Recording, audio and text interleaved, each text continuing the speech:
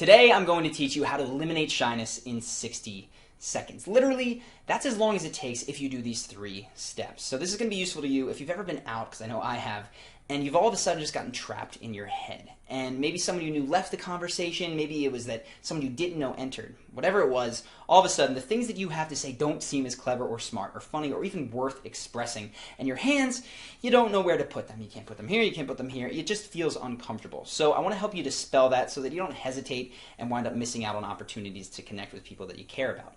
The first step is going to be this. When that moment of shyness hits and the hands don't know where to go, you feel like you've got nothing worthwhile to say, instantly recognize this and stop trying to do anything and just exist. In fact, let yourself suck. What I mean by this is you can be boring. When I feel this happen to me, it happens sometimes when I'm out at a bar or club and I've been separated from my friends and I find myself alone and feeling like I don't really want to jump back into conversation with anyone. But what I used to do was go, okay, you got to be fun. This is your YouTube channel, your charisma on command. You got to do it. And I'd force myself in that moment. Giving yourself 20 to 30 seconds to just stand there and go, you know what? I'm going to suck.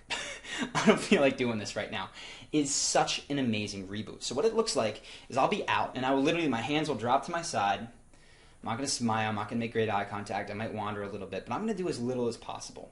And what this does is it frees me. Because what shyness is it's when you don't feel like the things you have to say are enough. When you don't feel like the way that you feel is enough or good enough to engage with other people. What happens when you allow yourself to be boring is you give yourself that worst case scenario, right? You couldn't be much worse than this out at a bar or a club or a networking event, right? And what that does is it eliminates the need to perform anything. And for me, this normally takes 20 to 30 seconds before I feel myself reset. And all of a sudden, I don't feel like I should do anything after about 20, 30 seconds. I kind of feel like I want to because now I'm boring myself, right? Or I'll just go home. But at this point, you know you've fully reset. When you feel it switch from I've got to, I need to do this, to I kind of want to now. Caveat here, this doesn't mean that you pull out your phone and you text on your phone for 30 seconds. That's the opposite. That's you trying to look busy, right? That's the opposite. It doesn't mean that you go up against a bar or you stand there and try to look cool or you try to look powerful. You actually release the judgments of everybody else. If they're going to think you're boring, totally fine, but you don't try to look like anything. You let yourself just go slack. Breathe deep. 30 seconds later, you're going to feel a massive difference. And that's when step 2 comes in. So this is the reboot, step 1. Step 2 is when we want to get started on the right foot. And you've heard me say this before, but the best way to do this is not necessarily to jump into conversation, but in my experience is to go to your body. The problem with shyness is that the voices in your head that are telling you that what you have to say isn't good enough or that you should just shut up or that your hands are in the wrong place, those voices are more numerous and louder than your actual voice. You're not speaking. You're interior, not exterior. We've got to get you out of your head, and a body is a great place to go. I focus on 3 things. I'm normally concerned with my arms. I need to move these guys around for sure. My voice, and when I say my voice, I mean my whole vocal apparatus. I'm talking down through my diaphragm, through the pelvic floor. The deeper I can breathe, the lower I can make my resonance, the better I'm going to feel. And then, of course, lastly, once I get these things going, my face, my eyes, and my smile. The way I do this depends on the environment. If I'm at a club, I want to go to the place where I can move and make all of these things be as vibrant as possible. That's the dance floor for me. So I'll go to the dance floor, 20, 30 seconds, I dance. I will make noise. I'll yell to my friends, whatever it is. That's going to make me feel better. It's going to make me smile, right? 20, 30 seconds of that, I'm in a great mood. What if I'm not at a club? What if you're not at a club? Because we feel shy in lots of places. Well, let's say that you're in an office. Do it to the degree that you can. So if you're in an office, you're sitting in a meeting, and you go, okay, I'm feeling shy, slack, reset. Okay, arms. My arms need to open up, go out, expose the underside of your body, just let it go.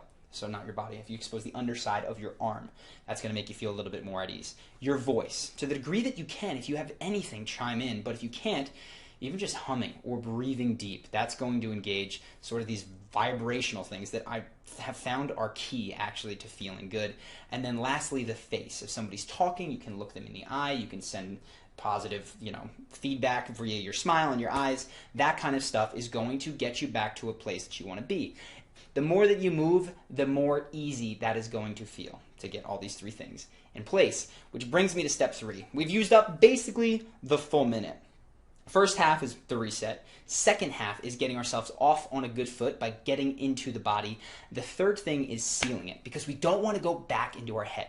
So to seal it, you find the most receptive, nearest person that you can go speak to, and typically you want to use something that is prepared beforehand. And what I mean by that is that I don't want you going back into your head and going, crap, what do I say now? What do I say to him? I'm a networking fan. It's so dumb to ask where, what you do. I know what he does. He's in my company. I don't want you back in your head. So typically it's good to have prepared for the situations that you find yourself something common that you can say to strike up conversation. What I can give you are 2 killer prepared lines that are going to help you in most situations, like 95%. First one is if you do not know the person, and that's very simple. You walk up to them at this point, you've broken your shyness, you say, hey, what's up? I don't think I've met you yet. I am Charlie, or I am your name.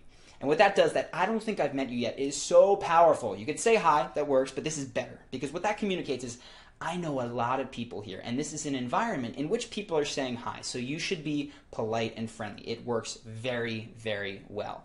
Take that one, use it with people you don't know. If you're in conversation with people you do know, or maybe someone you just met, you can't reintroduce yourself, one of the very simple things is to just take the phrase, hey, this is totally random, but, and then say whatever you want. And specifically speak to a passion, speak to something you like.